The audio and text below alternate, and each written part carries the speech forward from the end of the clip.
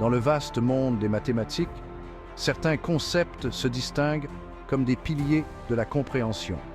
Ces idées fondamentales nous aident à naviguer dans le monde complexe des nombres et des équations. Parmi ces piliers fondamentaux figurent les racines carrées et cubiques, essentielles à la compréhension de théories mathématiques plus complexes. Ces concepts, souvent étudiés au collège, sont la clé pour comprendre les nombres à un niveau plus profond. Ce sont les éléments constitutifs des mathématiques et de la physique avancée.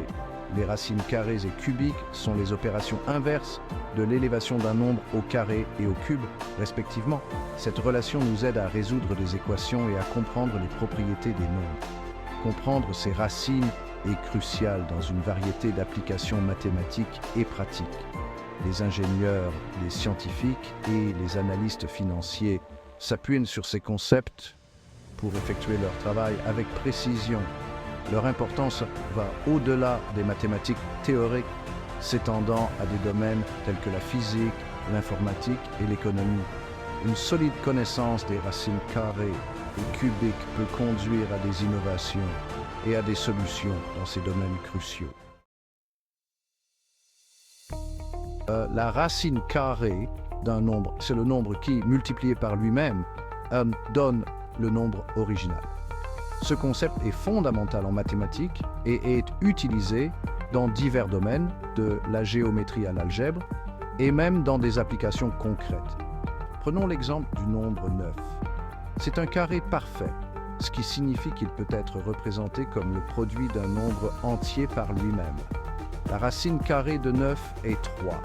En effet, 3 multiplié par 3 égale 9. On note la racine carrée en utilisant le symbole radical qui ressemble à une coche avec une queue allongée. Chaque nombre positif a deux racines carrées, une positive et une négative. Par exemple, 3 et moins 3 sont tous deux des racines carrées de 9. Cependant, par convention, on se réfère à la racine carrée positive lorsqu'on parle de la racine carrée d'un nombre. Imaginez une pièce carrée d'une superficie de 25 mètres carrés. C'est un autre exemple pratique des racines carrées en action. Pour déterminer la longueur de chaque côté, nous utilisons les racines carrées. En trouvant la racine carrée de la surface, nous pouvons facilement calculer la longueur du côté. La racine carrée de 25 mètres carrés est de 5 mètres. Par conséquent, chaque côté de la pièce mesure 5 mètres de long. Les racines carrées fournissent un outil puissant pour comprendre les relations entre les nombres.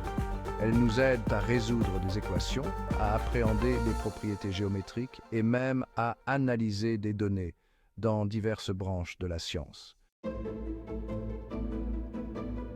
La racine cubique d'un nombre est la valeur qui, multipliée par elle-même 3 fois, donne le nombre original. Par exemple, la racine cubique de 8 est 2. Contrairement aux racines carrées, les racines cubiques sont uniques. Les racines cubiques sont importantes dans des domaines tels que la géométrie et la physique. Leur application en sciences et en ingénierie souligne leur importance pour comprendre le monde physique. Simplifier les racines carrées et cubiques, un guide étape par étape. Dans ce guide, nous allons décomposer le processus de simplification des racines carrées et cubiques afin de vous permettre de comprendre et d'appliquer plus facilement ces concepts à vos problèmes mathématiques. Certaines racines impliquent des nombres qui ne sont pas des carrés parfaits ou des cubes parfaits. Elles peuvent sembler intimidantes au premier abord, mais avec la bonne approche, elles peuvent être simplifiées comme tout autre problème mathématique. Simplifier ces racines implique de trouver le plus grand facteur carré parfait ou cube parfait. Cette étape est cruciale car elle permet de décomposer la racine en composantes plus faciles à gérer. Prenons la racine carrée de 50. À première vue, cela peut sembler compliqué, mais en le décomposant, nous pouvons le simplifier considérablement. Nous pouvons le simplifier en trouvant le plus grand carré parfait qui divise 50. Cela demande un peu de factorisation et de compréhension des carrés parfaits. Le plus grand carré parfait qui divise 50 est 25. Comprendre cela est essentiel pour simplifier la racine. Par conséquent, La racine carrée de 50 peut s'écrire comme 5 multiplié par la racine carrée de 2. Cette simplification facilite son utilisation dans les calculs ultérieurs. La simplification des racines cubiques suit le même principe. Comme pour les racines carrées, nous recherchons le plus grand facteur cube parfait. Le plus grand cube parfait qui divise 54 et 27. Trouver ce facteur est la première étape pour simplifier la racine cubique. Ainsi, la racine cubique de 54 peut s'écrire comme 3 multiplié par la racine cubique de 2. Cette méthode de simplification peut être appliquée à de nombreux problèmes, rendant les racines complexes plus accessibles.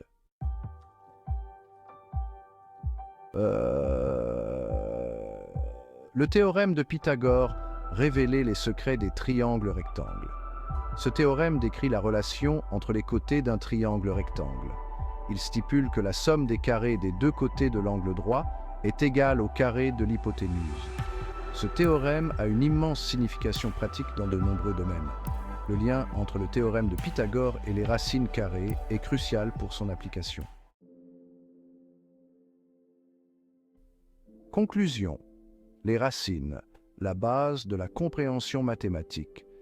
Notre exploration des racines carrées et cubiques a révélé leur importance. Nous avons commencé par définir les racines carrées et cubiques et en examinant leurs propriétés. Le théorème de Pythagore a mis en évidence la relation entre les racines carrées et les triangles rectangles. Comprendre ces racines est essentiel pour résoudre des problèmes pratiques. En maîtrisant ces concepts, nous acquérons les outils nécessaires pour explorer le vaste monde des mathématiques.